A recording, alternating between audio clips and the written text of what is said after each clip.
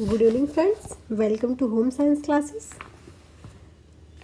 जैसे कि आप सबको पता है कि हम होम साइंस पढ़ा रहे हैं सभी एग्ज़ाम के लिए। थियरी और क्वेश्चन दोनों ही करवाया जा रहा है। और कहीं भी होम साइंस जहाँ कहीं भी आता है। अभी आपका मुख्य सेविका का एग्ज़ाम है अगले 4 दिन बाद, उसके लिए इक्वली इम्पॉर्टेंट है ये। जो हमारा टीजीटी का एग्ज़ाम है यूपी टीजीटी का, उसके लिए बेनिफिशियल है। ह्यूमन फिजियोलॉजी जो हमारे साइंस में एक साइंस सब्जेक्ट आता है जो वो है, ठीक है। उसके क्वेश्चन है ये किसी ना किसी एग्ज़ाम में आए हुए हैं, सारे प्रीवियस ईयर है, कहीं ना कहीं आए हुए हैं पेपरों में। तो हम इसका चलते हैं, एक बार देख लेते हैं क्वेश्चनों को और विश्लेषण कर लेते हैं अच्छी तरह। चलिए फिर स्टार्ट करते हैं। अगर आपको होम साइंस पढ़ना है तो आप चैनल को सब्सक्राइब कर लें और बेल आइकन को प्रेस कर लें ताकि आपको नोटिफिकेशन मिल जाए और आप वीडियो को ईजिली देख पाएँ, ठीक है। चलिए फिर स्टार्ट करते हैं क्वेश्चन नंबर 1। ORS में ग्लूकोज इसके लिए मिलाया जाता है सोडियम का अवशोषण। क्वेश्चन नंबर 1, ORS में ग्लूकोज इसके लिए मिलाया जाता है। ऑप्शन नंबर 1 सोडियम के लिए, सोडियम का अवशोषण करने के लिए। ऑप्शन नंबर बी ऊर्जा का स्रोत। ऑप्शन नंबर सी स्वाद के लिए। Option number D none of these. यह आया था DT+B PGT एग्ज़ाम 2018 में। देखिए वो ORS जो है ये ग्लूकोज जो है ऊर्जा के स्रोत के लिए बढ़ाया जाता है इसमें, ठीक है, ऊर्जा के स्रोत के लिए। ओके, मिलाया जाता है जिससे ये बहुत जल्दी ही एनर्जी देता है। आपको पता है कि ग्लूकोज क्या करता है? ग्लूकोज हमारी बॉडी को इंस्टेंट एनर्जी देने का कार्य करता है। नेक्स्ट क्वेश्चन नंबर 2, यह मूल्य का एक साधन है। भाषा, संस्कृति, स्त्री या फिर पुरुष। देखिए भाषा जो है मूल्य का एक साधन है। ओके, ये भाषा जो है ऑप्शन नंबर 1 मूल्य का एक साधन है। भाषा क्या होता है? मनुष्य के जीवन में भाषा का बहुत, आपको पता है कि कितनी इम्पोर्टेंट है हमारे लिए भाषा। और ये जो भाषा है अलग अलग जगह के प्राणियों की अलग भाषा होती है, मनुष्यों की अलग भाषा होती है। समाज में रहने के कारण हमें अपने विचारों को एक दूसरे से पहुंचाने के लिए किसकी ज़रूरत पड़ती है? भाषा की ही तो ज़रूरत पड़ती है। हम अपनी बात हम आपसे अपनी बात कह पा रहे हैं, कैसे कह पा रहे हैं? भाषा के थ्रू तो कह पा रहे हैं कि हम जिस भाषा में कह पा रहे हैं आप उस भाषा में समझ पा रहे हैं चीज़ों को। ओके, नेक्स्ट क्वेश्चन नंबर 3, आनुवांशिक गुणों एवं वातावरण के सभी स्तरों के बीच आदान प्रदान के फलस्वरूप हुए विकास को क्या कहते हैं? Option number A cephalocaudal. Option number B proximal digital. Option number C genotypical. Option number D epigenesis. जो आनुवांशिक एवं वातावरण के बीच सभी स्तरों के आदान प्रदान को कह रहा है। आनुवांशिक और वातावरण के सभी वस्तुओं के आदान प्रदान को अस्त्रों को क्या कहते हैं? एपिजेनेसिस कहते हैं इसको, ठीक है, ये एपिजेनेसिस है। नेक्स्ट क्वेश्चन में मिलान करना है सूची 1 और सूची 2 का। ये आया है UGC नेट के एग्ज़ाम में आया है, ओनोरेक्सिया नर्सोवा।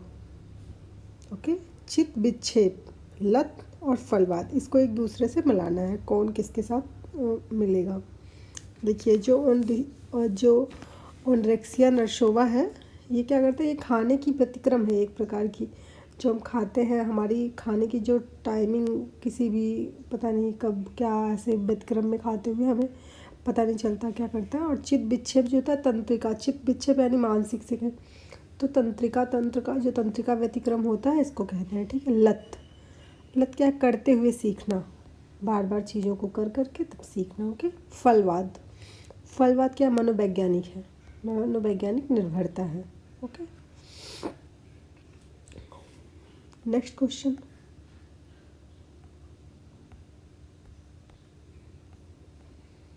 क्वेश्चन, स्पर्श केंद्रीय को उत्तेजित करने का उपयुक्त ढंग है।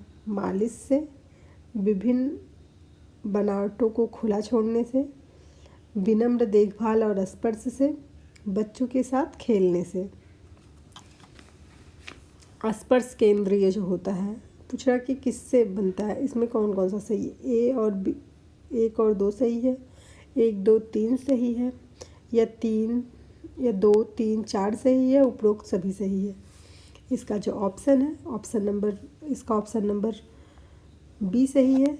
1, 2 और 3 सही है। ओके, ये मालिश से, जो स्पर्श केंद्र उत्तेजित करने का उपयोग ढंग होता है वो मालिश करने से, विभिन्न बनावटों को खुला छोड़ देने से, विनम्र देखभाल और स्पर्श से। ओके, नेक्स्ट क्वेश्चन जो है ये आया है यूजीसी एग्ज़ाम, नेट के एग्ज़ाम में 3rd पेपर में आया था 2013 में। ठीक है, नेक्स्ट क्वेश्चन जो है लैक्टेशन वह प्रक्रिया है जिसके द्वारा द्वारा संश्लेषित और स्रावित होता है। दूध, ऐसे पूछ रहा दूध किस ग्रंथि द्वारा स्रावित होता है? पीयूष ग्रंथि द्वारा, लार ग्रंथि द्वारा, स्तन ग्रंथि द्वारा, उपरोक्त में से कोई नहीं। ये जो आया है क्वेश्चन, ये आया है DT+G PGT एग्ज़ाम 2018 में। और ये जो स्रावित होता है लैक्टेशन, ये स्रावित होता है स्तन ग्रंथि द्वारा। ओके, स्तन ग्रंथि द्वारा स्रावित होता है। ये क्या होता है?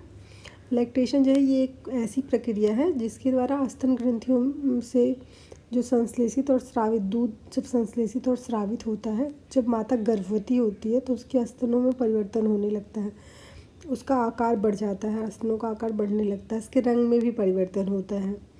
वो इसीलिए होता है क्योंकि उसमें दूध लैक्टेशन की प्रक्रिया होने लगती है स्तनों में, ताकि बेबी जब पैदा हो तो उसको दूध की जो नीड है वो कंप्लीट हो। जब गर्भवती महिला हो जाती है उसके बाद ही ये प्रोसेस शुरू होता है। ठीक, next question, question number 7, DNA में पाया जाता है कोशिका द्रव्य, क्रोमेटिन, राइबोसोम्स, इनमें से कोई नहीं। क्रोमेटिन के धागे पाए जाते हैं हमारे DNA में। ठीक है, नेक्स्ट क्वेश्चन, ये GIC 2017 में आया था। Next question, cone of experience की संरचना किसने की है? पूछ रहा कि किस मनोवैज्ञानिक ने कोन ऑफ एक्सपीरियंस की संरचना की है? हैमिल्टन ने, मिल्टन ने, जॉनसन ने या एडगर डेल ने? इसकी जो संरचना की है वो एडगर डेल ने की है कोन ऑफ एक्सपीरियंस की। आपने देखा होगा कि इनके जो है इनके बटे हुए हैं कि किस इनकी सारी चीज़ें बटी हुई हैं कि किस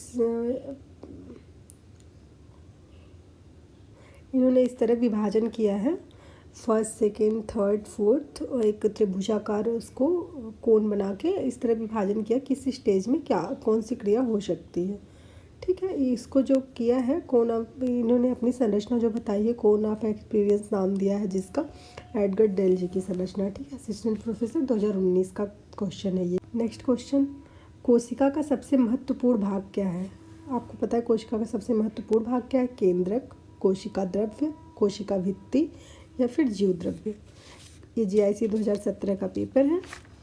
कोशिका का जो सबसे महत्वपूर्ण भाग है वो केंद्रक होता है। जो केंद्रक होता है कोशिका के मध्य भाग में, एकदम मध्य भाग में होता है। जो उसके किनारे किनारे पे होती है ना वो गोल सी संरचना होती है और गोल ऐसे दिखाई देती है, एकदम गोलाकृत आकार का। कभी कभी ऐसा हो जाता है कि कोशिकाओं में कई सारे एक से अधिक भी केंद्रक पाए जाते हैं, बट अधिकतर कोशिकाओं में एक ही केंद्रक पाया जाता है और इसकी संरचना गोल दिखाई देती है हमें, और ये हमेशा कोशिका के मध्य भाग में पाया जाता है।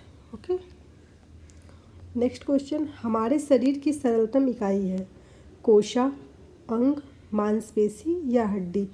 हमारे शरीर की सबसे सरलतम इकाई क्या है? हमारे शरीर की जो सबसे सरलतम इकाई है वो है कोशिका। ठीक है, इसे कोशिका कहते हैं। अब कोशिका क्या है, इसकी जो खोज की थी वो रॉबर्ट हुक ने की थी। जो इसकी रचनात्मक और क्रियात्मक इकाई है उसे कोशिका कहते हैं। ये 2 प्रकार की होती है, एक को कहते हैं प्रोकैरियोटिक कोशिका और दूसरे को कहते हैं यूकैरियोटिक कोशिका। जो प्रोकैरियोटिक कोशिका होती है इसका जो रचना होता है ना वो कोशिकाओं की सबसे पुरानी होती है। इसमें केंद्रक तो पाया जाता है लेकिन केंद्रक पर कला का अभाव रहता है। जैसे हमने बताया ना आपको कि केंद्रक पाया जाता है, उसके साइड में गोल सी संरचना दिखाई देती है। इसमें क्या होता है, जो प्रोकैरियोटिक कोशिका होती है इसमें उसका अभाव होता है। और ये जो है केंद्रक कला का, इसमें जो है जीवाणु की जो कोशिका शैवाल वो नीले हरे शैवाल पाए जाते हैं। प्रोकैरियोटिक कोशिका में नीले और हरे शैवाल पाए जाते हैं। जो यूकैरियोटिक कोशिका होती है इसमें जीवाणु तथा नीले हरे शैवाल को छोड़कर सभी प्रकार के जीव और कोशिकाएं पाई जाती हैं। सिर्फ नीले और हरे शैवाल को छोड़कर, क्योंकि वो प्रोकैरियोटिक कोशिका में पाई जाती है, तो यूकैरियोटिक कोशिका में इनको छोड़ के सभी प्रकार के और सभी प्रकार के शैवाल उपस्थित होते हैं। और इसमें जो है कोशिका का जो इसमें जो केंद्रक होती है उसकी केंद्रक कला भी पाई जाती है। इसमें केंद्रक कला का अभाव नहीं होता है। नेक्स्ट क्वेश्चन, कोशिका के ऊर्जा गृह होते हैं केंद्रक, राइबोसोम्स, माइटोकॉन्ड्रिया, लाइसोसोम। पूछ रहा है कि कोशिका ऊर्जा गृह क्या है। कोशिका का माइटोकॉन्ड्रिया कोशिका का ऊर्जा गृह है। ये कोशिका द्रव्य बहुत ही सूक्ष्म, एकदम सूक्ष्म छड़ी के आकार की होती है, बहुत पतली और लंबी छड़ी के आकार की होती है, ठीक है, या फिर गोल होती है, या लंबी हो सकती है या गोल हो सकती है। माइटोकॉन्ड्रिया जो है ये कार्डियोसोम, इसे कार्डियोसोम भी कहते हैं माइटोकॉन्ड्रिया को, ठीक है। माइटोकॉन्ड्रिया को आपको पता है कि कोशिका का ऊर्जा गृह कहा जाता है। इसे पावर हाउस भी कहा जाता है। आक्सीय श्वसन की क्रिया जो होती है, मुख से घटित होने वाली आक्सीय श्वसन की क्रिया, ये इसी की सहायता से संपादित होती है। Okay, next question, DNA dot dot में उपस्थित होता है केंद्रक में, माइटोकॉन्ड्रिया में, ए और बी दोनों में, गाल्गी उपकरण में। जो डीएनए होता है वो कहाँ उपस्थित होता है, पूछ रहा है। डीएनए दोनों में उपस्थित होता है, ठीक है, केंद्रक में भी और माइटोकॉन्ड्रिया में भी। डीएनए का क्या है, रिऑक्सी, जो डीएनए है उसका डिऑक्सी राइबोज न्यूक्लिक अम्ल होता है। जो इसका फुल फॉर्म अगर माना जाए तो इसको आपको पता है कि किनारे के भाग जो गोले की संरचना की तरह दिखाई देता है वही केंद्रक होता है, इसको केंद्रक कहते हैं। नेक्स्ट क्वेश्चन, वनस्पतिक कोशिका तथा जंतु कोशिका में समान रूप में पाया जाता है क्लोरोफिल, ग्लाइकोजन, स्टार्च, केंद्रक व ज्योद्रव्य। वनस्पति कोशिका तथा जंतु कोशिका में कौन सी वो चीज़ है जो सामान्य रूप में पाई जाती है, केंद्रक और ज्योद्रव्य सभी में पाई जाती है, ठीक है, चाहे वनस्पति कोशिका हो या चाहे ज्योद्रव्य कोशिका हो, ये सब में पाई जाती है। नेक्स्ट क्वेश्चन, डॉट डॉट अंतर कोशिकीय पाचन प्रणाली उपलब्ध कराता है राइबोसोम्स, गाल्जी, लाइसोसोम्स, आंत। जो लाइसोसोम है ये पाचन प्रणाली उपलब्ध कराता है, ठीक है। क्या लाइसोसोम क्या है, अंतरकोश की पाचन प्रणाली है, ये अंतरकोश की पाचन प्रणाली है। लाइसोसोम की जो खोज हुई थी वो 1955 में हुई थी। किसने किया था, डी डाव ने किया था। इसकी जो खोज की थी इनका नाम था डी डाव, इन्होंने इसकी खोज की थी। इस कोशिका का जो मुख्य कार्य होता है वो क्या करता है, अंदर एवं बाहर की क्रिया को क्रियान्वित करना होता है। जो हमारे अंदर भोजन पाचन की क्रिया होती है और जो बाहर होती है दोनों को क्रियान्वित करता है एक साथ मिलाकर। इनकी संरचना एंडोसाइटोसिम्स कहते हैं इसको।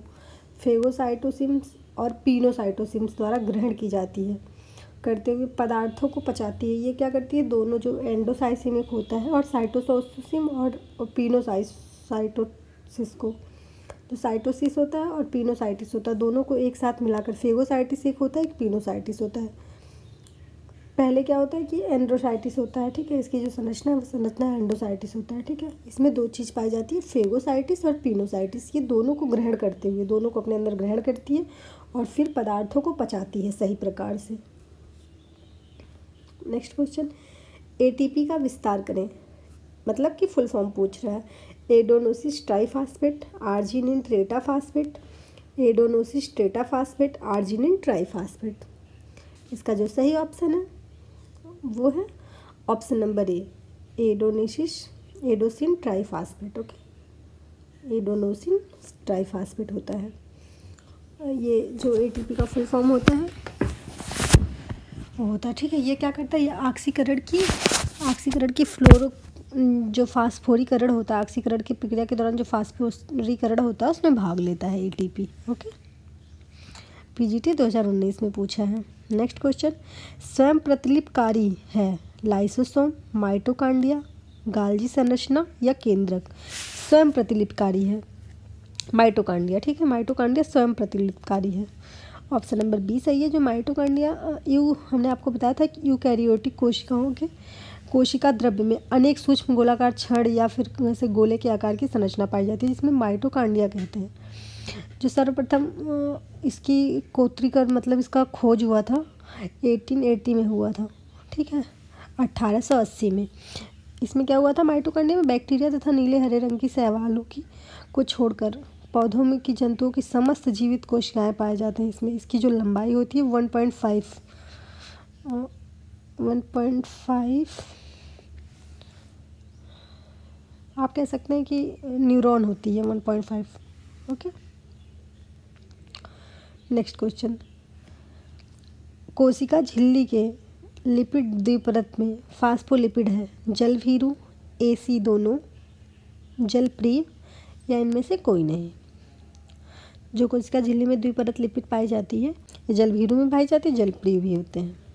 ओके, नेक्स्ट क्वेश्चन, कोशिका का शक्ति निवास है, जो कोशिका है उसका शक्ति निवास क्या, माइटोकांड्रिया, लाइसोसोम, केंद्रक, एंडोप्लाज्मिक रेटिकुलम। जो कोशिका का शक्ति निवास है वो है माइटोकांड्रिया। आप सभी को पता है, मैंने पहले ही बताया है। कोशिका को, इसको कोशिका का पावर हाउस कहा जाता है, शक्ति निवास गृह कहा जाता है। इसमें क्या होता है, माइटोकांड्रिया में जो एडिनोसिन फास्फेट होता है ATP, और इसमें क्या होता है ADP भी होता है, एडिनोसिन ट्राइफास्फेट। क्या होता है, इसका जो निर्माण होता है तो एडिनोसिन ट्राइफास्फेट से होता है या अकार्बनिक फास्फेट का संयोग से होता है। ये दोनों जो होते हैं अकार्बनिक फास्फेट होते हैं। जो इससे ऊर्जा उत्पन्न होती है विभिन्न प्रकार की क्रियाओं में काम आती है। जैसे क्या होता है कि पदार्थों का पूर्ण ऑक्सीकरण करता है, कार्बन डाइऑक्साइड, जो CO2 जल बनाते हैं वो इसी प्रक्रिया यही बनाते हैं। ठीक है, ATP जो इसका निर्माण करता है एडिनोसिन फास्फेट कहते हैं। ओके, जो नेक्स्ट क्वेश्चन है वो क्या है, विशिष्ट पदार्थ के प्रति ऊतकों की प्रतिक्रिया कहलाती है, एक्जिमा, एलर्जी, फिट्स या फिर टेटनस। इसे एलर्जी कहते हैं। जो विशिष्ट प्रकार ऊतकों की जो प्रतिक्रिया हो जाती है विशिष्ट पदार्थ के प्रति, उसे एलर्जी कहते हैं। अब इस एलर्जी में क्या होता है, जैसे क्या होता है कि एक हमने कोई ले लिया, कोई पदार्थ हमने खा लिया और ये किसी मतलब सभी ऊतकों के प्रति, किसी ऊतकों के प्रति इसकी प्रतिक्रिया एलर्जी हो जाती है। कोई कीटाणु जनित, रोग जनित कोई चीज़ खा ली, उससे एलर्जी हो जाएगी, हम तुरंत हमें पता चल जाता है ADP के माध्यम से। जैसे ही पता चलता है वैसे ही जो हमारे शरीर में प्रतिरक्षी होते हैं वो तुरंत उस पर आक्रमण कर देते हैं और उन्हें बचा लेते हैं। ठीक है, प्रतिरक्षी एंजाइम। नेक्स्ट क्वेश्चन क्या है, कीटाणु कोशिकाएं जिस प्रक्रिया द्वारा बनती हैं उसे कहते हैं मियोसिस, माइटोसिस, एल्व्यूलेशन, क्रॉसिंग ओवर। जो कीटाणु कोशिका बनती है इसे कहते हैं मियोसिस। इसकी जो खोज की थी वो बीजमैन ने की थी, लेकिन इसका जो नामकरण किया था मियोसिस वो किया था फॉर्मर और मुरे ने। इसका जो विभाजन है वो जनन कोशिकाओं के लिए ही होता है। गुणसूत्रों की संख्या आधी जब बचती है तो इसका विभाजन हो जाता है। ठीक है, यह है मियोसिस। ओके, नेक्स्ट क्वेश्चन, शरीर के टिश्यू में पानी का जमा होना क्या कहलाता है, पेलाग्रा, स्कर्बी, ओडिमा, ऑस्टियोमलेशिया। जब शरीर के टिश्यू में पानी जमा हो जाता है ना उसे ओडिमा कहते हैं।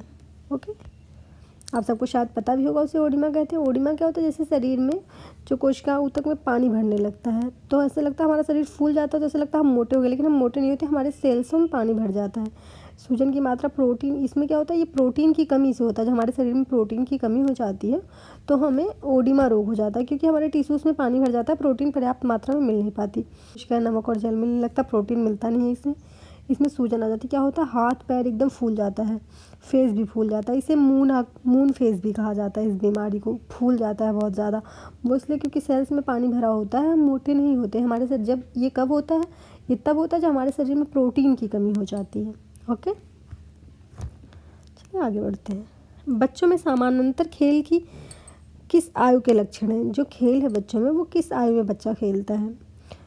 ऑप्शन नंबर 20 है, ये 4 से 6 वर्ष की आयु में बच्चा खेल खेलता है। ठीक है, उसे खेलना अच्छा लगता है।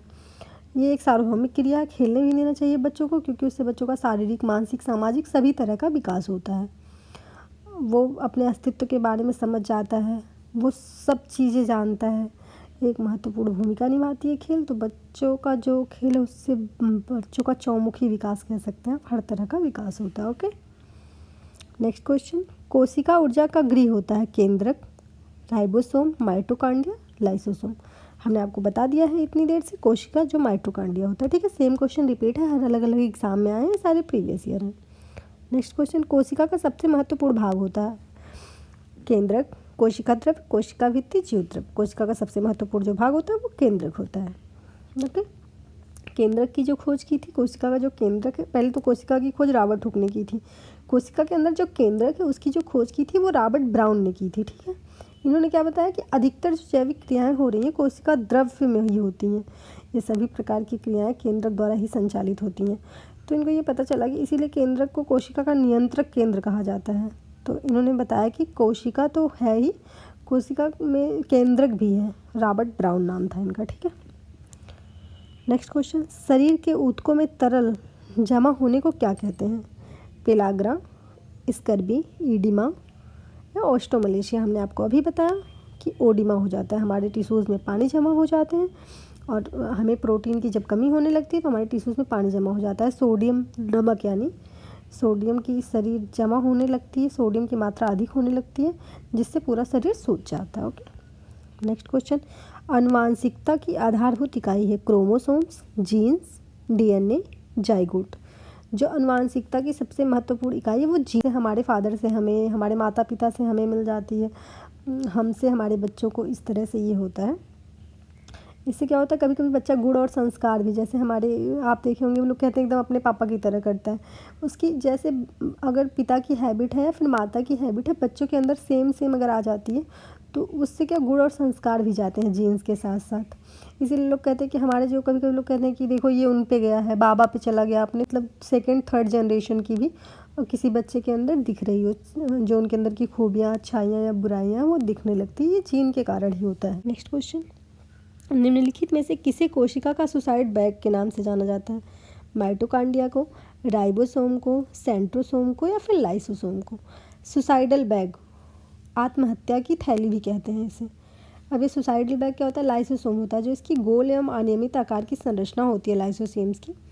हमने आपको बताया कि गोल और अनियमित आकार की होती है। इसका कार्य क्या होता है? कोशिका के अंदर पहुंचकर खाद्य पदार्थों तथा जो कोशिका के अंदर ये पहुंच जाती है उसके अंदर जो खाद्य पदार्थ होते हैं, बाह्य पदार्थों का पाचन करती है ये, ठीक है। इनके फटने पे, जब ये फट जाती हैं कोशिकाएँ तो इनका स्व पाचन होने लगता है, इसीलिए इसे आत्महत्या की थैली कहते हैं। ये पहले जाते हैं हमारे अंदर, हमारे कोशिकाओं के अंदर जाते हैं, उसमें से जो खाद्य पदार्थ रहते हैं जो उसे बाह्य पदार्थों का पाचन करना, खाद्य पदार्थ तथा बाह्य पदार्थ जो भी हम हमारे शरीर में रहता है उसे पचाते हैं। क्या होता है, जब ये ज़्यादा इनके अंदर चला जाता है तो ये फट जाती हैं, फटने से इनका सहपाचन, कोशिकाओं का अपने आप पाचन होने लगता है, इसीलिए इसे आत्महत्या की थैली कहा जाता है, ठीक है। इसे कहा जाता है लाइसोसोम। ओके। नेक्स्ट क्वेश्चन, कोशिका की खोज किसने की थी? हमने आपको अभी बताया, Robert brown, Robert Hooke, Wilson या हाईमैन। जो कोशिका की खोज की है वो रॉबर्ट हुक ने की है। ओके। कोशिका की जो खोज की थी वो 1665 में रॉबर्ट हुक महोदय ने की थी, ठीक है। लेकिन 1839 में स्लाइडन तथा स्वान ने, स्लाइडन और स्वान एक वैज्ञानिक थे, उन्होंने ये कहा कि उन्होंने इसका जो प्रतिपादन करते हुए कहा कि सभी सजीवों के, जो भी सभी सजीव हैं, सभी सजीवों के शरीर में एक से अधिक कोशिका मिलकर बना होता है। सभी सजीवों का शरीर एक से अधिक कोशिकाओं से मिलकर बना होता है, ठीक है। और ये सभी कोशिकाओं में पहले से उपस्थित रहते हैं। ओके। नेक्स्ट क्वेश्चन, न्यूक्लिक रहित जंतु कोषाणुओं में निम्न में से किसका अभाव रहता है? क्रोमोसोम का, राइबोसोम का, लाइसोसोम का या अंतःप्रद्रव्य जालिका का? जो क्रोमोसोम होता है ये सभी में इसका अभाव रहता है, ठीक है। इसे कहते हैं कि केंद्रक विहीन जंतु कोशिका कहते हैं कि जो इनमें, क्योंकि इनमें गुणसूत्रों का अभाव रहता है। केंद्रक का सबसे महत्वपूर्ण भाग आपको पहले ही बताया, क्रोमेटिन होता है, जो गुणसूत्रों के निर्माण के लिए आवश्यक होता है, और इसमें गुणसूत्रों का ही अभाव रहता है, ठीक है, यानी कि क्रोमोटोम नहीं पाया जाता। नेक्स्ट क्वेश्चन, जीव द्रव्य प्रोटोप्लाज्म की अकार्बनिक अणुएं हैं। प्रोटीन, कार्बोहाइड्रेट, वसा एवं न्यूक्लिक अम्ल, डीएनए और आरएनए जिन्हें कहते हैं। प्रोटीन, कार्बोहाइड्रेट, वसा तथा न्यूक्लिक अम्ल, डीएनए और आरएनए आदि। इनमें जो रहता है ये रहता है वसा और न्यूक्लिक अम्ल। ओके, सी वाला ऑप्शन नंबर सी सही है इसका, वसा, न्यूक्लिक अम्ल, डीएनए और आरएनए। तो ये रंगहीन अपारदर्शी होती है, ठीक है, जो प्रोटोप्लाज्म होती है। इसमें अकार्बनिक वसा एवं प्रोटीन घुले रहते हैं, इसमें अकार्बनिक पदार्थ वसा और प्रोटीन घुले रहते हैं, ठीक है। और इसमें जो है न्यूक्लिक अम्लों में डीएनए और आरएनए वसा से बना होता है। अंतःश्वसन होता है श्वास नलिका में, रक्त कोशिका एवं ऊतकों के बीच, फेफड़ों में या इनमें से किसी में भी नहीं। और ऑप्शन नंबर बी सही है इसका, रक्त कोशिकाओं और ऊतकों के बीच होता है। ओके। है जो सजीव कोशिकाओं में भोजन पाचन होता है, जो जीवित कोशिकाओं में भोजन का जो ऑक्सीकरण होता है, उसके फलस्वरूप जो ऊर्जा मिलती है, ऑक्सीकरण के बाद जो ऊर्जा प्राप्त होती है उसे कहते हैं कोश की श्वसन या अंतःकोश की। ठीक है, ये जो है रक्त कोशिकाओं के ऊतकों के मध्य संपन्न होता है। ठीक है, रक्त कोशिकाओं के माध्यम से संपन्न होता है, इसीलिए कहते हैं ये इनके बीच में होता है, रक्त कोशिका और ऊतकों के बीच में होता है ये जो क्रिया संपन्न होती है। ओके, नेक्स्ट क्वेश्चन, केंद्रक के अभाव में कोशिका में निम्न में से कौन उपस्थित होगा? माइटोकांड्रिया, गुणसूत्र, लाइसोसोम, डीएनए। केंद्रक के अभाव में कोशिका में निम्न में, इसका ऑप्शन नंबर बी सही है। ओके, गुणसूत्र, गुणसूत्र अनुपस्थित रहता है, बाकी सब पाए जाते हैं इसमें। जब केंद्रक का अभाव होता है तो गुणसूत्र नहीं रहता है इसमें। इसमें क्या होता है, जो प्रोकैरियोटिक कोशिका होती हैं इसमें एक ही केंद्रक उपस्थित होता है। गुणसूत्र या क्रोमोसोम की जो वनस्पतिक प्रणाली होती है कोशिकाओं में पाए जाने, उसे क्या कहते हैं? तंतुरूपी पिंड होता है, एक लाइन के आकार का। ये सभी आनुवंशिक कोशिकाओं का वहन करता है। जब कोशिका में गुणसूत्र नहीं पाए जाते हैं तो ये सभी प्रकार की कोशिकाओं के आनुवंशिक गुणों का वहन करता है। ठीक है, नेक्स्ट क्वेश्चन, कोशिका झिल्ली की प्रमुख शारीरिक क्रिया विज्ञान संबंधित कार्य है। कोशिका की सुरक्षा करना, कोशिका के अंदर एवं बाहर के अधिगम पर नियंत्रण करना, कुछ विशेष रासायनिक पदार्थों का स्राव करना, या फिर नन ऑफ दीज। इसका जो सही ऑप्शन है वो है कोशिका के अंदर एवं बाहर पदार्थों के अधिगम को नियंत्रित करना। ये साइंस है, थोड़ी टफ लगेगी, इतनी ईजिली समझ में नहीं आती है। ठीक है, लेकिन आपको ध्यान देना होगा तभी समझ आएगा। ये क्या होता है, कोशिका जो, इसका ऑप्शन नंबर बी सही है। कोशिका के ऊपर जो एक पतली सी परत लगी होती है वो कोशिका बाहर से अंदर आवागमन एवं नियंत्रण रखती है। ठीक है, इसमें क्या होता है, ये अर्धपारगम झिल्ली, इसे अर्धपारगम, इसकी जो रचनात्मक इकाई होती है अर्धपारगम झिल्ली की बहुत ही पतली होती है। इसमें 3 परत निर्मित होती है। ठीक है, 3 परतें पाई जाती हैं, हर परत में इसी प्रकार की झिल्ली होती है। और जो मध्य वाली परत होती है उस फास्फोलिपिड द्वारा होता है। उसका मध्य वाली परत का, सबसे निचली परत का जो निर्माण होता है फास्फोलिपिड से होता है। ओके, नेक्स्ट क्वेश्चन, कोशिका में किसे निम्नलिखित में से किसी कोशिका का ऊर्जा संस्थान के रूप में जाना जाता है? केंद्रक को, कोशिका द्रव्य को, माइटोकांड्रिया को, या कोशिका भित्ति को? हमने आपको अभी बताया जो माइटोकांड्रिया होती है इसे कोशिका का ऊर्जा गृह कहा जाता है। Okay, powerhouse. Next question, मानव कोशिका में गुणसूत्र की संख्या होती है 22 जोड़े प्लस XY गुणसूत्र, 24 जोड़े, 23 जोड़े प्लस XY गुणसूत्र, 24 जोड़े प्लस XY गुणसूत्र। इसकी जो संख्या होती है वो होती है 22 जोड़े प्लस XY गुणसूत्र। आपको पता है 23 गुणसूत्र होते हैं। ये क्या होती है, इनमें जो शुक्र जनन एक कोशिका होती है, अर्धभित्ति विभाजन, इसमें इससे हमें क्या पता चलता है, बच्चा और बच्ची का पता चलता है। ठीक है, ये जो गुणसूत्र का 22 जोड़े तो सेम होते हैं, एक X और एक पाई की जो निषेचन क्रिया होती है उसके बाद इन केस जब X और X मिल गया गुणसूत्र तो बेबी गर्ल होता है, और जब X और Y मिल जाता है तो बेबी बॉय होती है। ओके, इसका यही है। और ये टोटल 23 होते हैं। ठीक है, 22 जोड़े प्लस X और Y गुणसूत्र। इसका ऑप्शन नंबर ए सही है।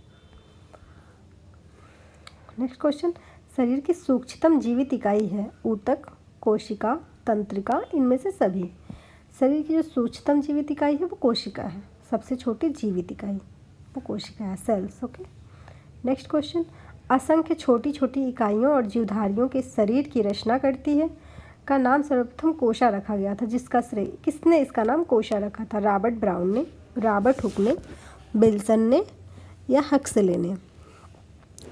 इसका जो नाम रखा था वो 1665 में, 1665 में रॉबर्ट हुक ने, सबसे पहले रॉबर्ट हुक ने कोशिका की खोज की। इन्होंने देखा कि उसमें छोटी छोटी सी बहुत संरचना, जब इन्होंने उसे ध्यान से देखा तो वो संरचना इन्हें मधुमक्खी के छत्ते जैसी दिखाई दी, तो इन्होंने उसका नाम कोशा रख दिया। फिर 1674 में ल्यूवेनहॉक, एक वैज्ञानिक थे ल्यूवेनहॉक ने, इन्होंने क्या किया, इन्होंने विटामिन की खोज की थी। इन्होंने क्या करा, इन्होंने उस कोशा पे अध्ययन किया। इनके रिसर्च से इन्होंने बहुत ज़्यादा उस पर रिसर्च किया। फिर 1831 में रॉबर्ट ब्राउन ने ये पता लगाया कि कोशिका के अंदर केंद्रक भी होता है। ओके, इसको जो बताया था वो रॉबर्ट हुक ने। ओके, कि असंख्य छोटी छोटी कोशिकाएं जो धारियों के शरीर में रचना जैसी पाई जाती हैं। सबसे पहले इन्होंने ही बताया था, रॉबर्ट हुक ने। अंतःश्वसन की क्रिया कहाँ होती है? अंगों में, अस्थियों में, ऊतकों में या सभी में? अंतःश्वसन की क्रिया ऊतकों में होती है, हमने आपको भी बताया था थोड़ी देर पहले। देखिए अंतःश्वसन क्या होता है? जब भोजन का ऑक्सीकरण होता है, तो भोजन के ऑक्सीकरण होने के बाद इससे जो इससे हमें ऊर्जा उत्पन्न होती है, इसी क्रिया को वो कहते हैं अंतःश्वसन क्रिया कहते हैं। इसमें क्या होता है? ये एक जैव रासायनिक, बहुत जटिल और जैव रासायनिक प्रक्रिया होती है। इसको ग्लाइकोसिस भी कहते हैं। जो भोजन की टूटने की प्रक्रिया होती है और उसके पाचन की प्रक्रिया होती है, उसे ग्लाइकोसिस भी कहते हैं। Okay, next question.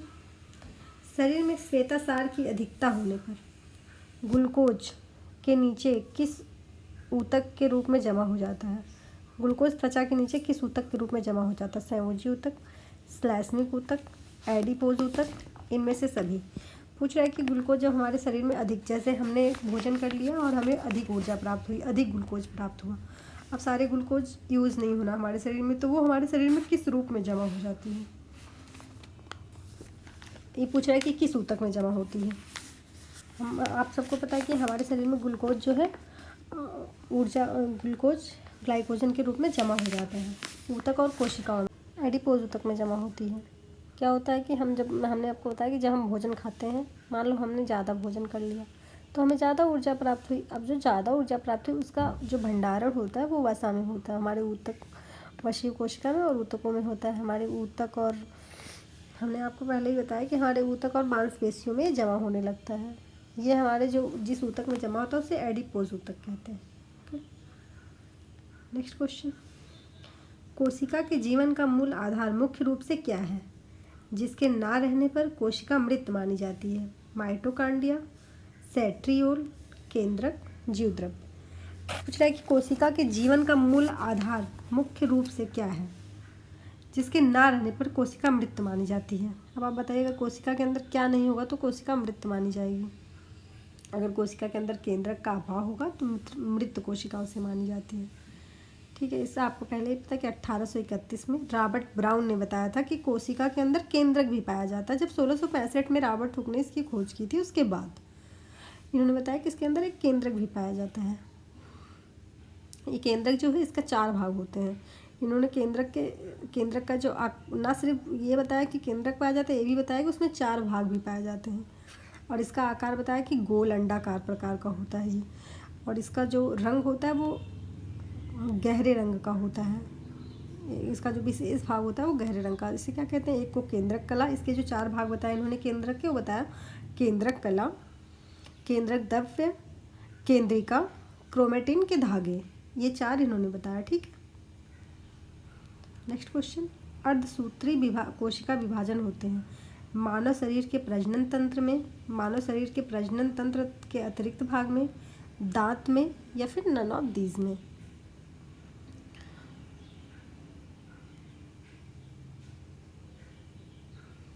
ये जो होता है ये मानव शरीर के प्रजनन तंत्र में होता है। ठीक है, प्रजनन तंत्र में क्या, जो हम अर्धसूत्री जो विभाजन होने लगता है जब प्रजनन के दौरान, मानव शरीर में जब प्रजनन तंत्र होते हैं, जो प्रजनन तंत्र होता है इसका अर्धसूत्री विभाजन होता है। ठीक है, इसमें मृत कोशिकाओं में 4 संतति अगुणित कोशिकाएं बनती हैं। ठीक है, जो ये अगुणित कोशिका होती हैं इनके साथ साथ आनुवांशिक भिन्नता भी होती है सभी में। इसी विभाजन के कारण संतानों के लक्षण एक दूसरे से भिन्न होते हैं। जैसे देखिए, एक बच्चा दूसरे बच्चा से भिन्न क्यों होता है? इसी लक्षण के कारण मानव शरीर में जो प्रजनन तंत्र होता है इनमें क्या होता है, 4 संतति अगुणित होते हैं। इसमें 4 प्रकार के पाए जाते हैं। अर्धसूत्री जो कोशिका विभाजन होता है मानव शरीर के प्रजनन तंत्र में होता है, ये 4 प्रकार के टोटल पाए जाते हैं। ठीक है, इसका टाइप 4 होता है। ये 4 एक दूसरे से भिन्न भिन्न होते हैं, जिसके कारण एक बच्चा दूसरे बच्चे से, जैसे एक बच्चा दूसरे बच्चे से सेम नहीं ना होते, अलग भिन्न भिन्न होते हैं। एक बच्चा दूसरे बच्चे से, उनकी क्रियाएं, उनके बातचीत का तरीका, तो एक दूसरे से भिन्नता पाई जाती है। इन्हीं के कारण जो ये कोशिका का अर्धसूत्री विभाजन होता है, टोटल ये मानव शरीर के प्रजनन तंत्र में होता है। ये 4 टाइप का होता है जो अर्धसूत्री विभाजन का प्रोसेस होता है। इसी कारण एक बच्चा का दूसरे बच्चे से नहीं मिलता, अलग अलग पाया जाता है। ठीक, लक्षण अलग अलग होते हैं उनके। Next question. प्राणी के शरीर के विभिन्न अंगों को बांधो रखने का कार्य रूप है पेशी कोशिका का, आच्छादन कोशिका का, संयोजी कोशिका का या फिर तंत्रिका कोशिका का। जो प्राणी के शरीर में बांधे रखने का कार्य करता है ये संयोजी करता है। आपको पता है संयोजी ऊतक एक दूसरे से बांधे रखने का काम करता है। ये जो क्वेश्चन आया था वो TGT 2009 में आया था। ठीक है, ये क्या करते हैं, एक संयोजी ऊतक एक दूसरे से जोड़ने का काम करते हैं। संयोजी कोशिका जो होती हैं इनमें सभी में अंतःकोशिका पदार्थ विद्यमान रहते हैं। ठीक है, अधिक पाया जाता है, इसलिए सबको एक दूसरे से जोड़ कर रखती है, इसे संयोजी ऊतक कहा जाता है। ये सभी को जोड़ने का कार्य करती है, इसलिए इसका जो आकार होता है वो अनियमित होता है।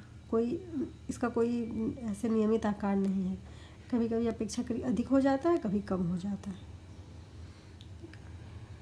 Next question,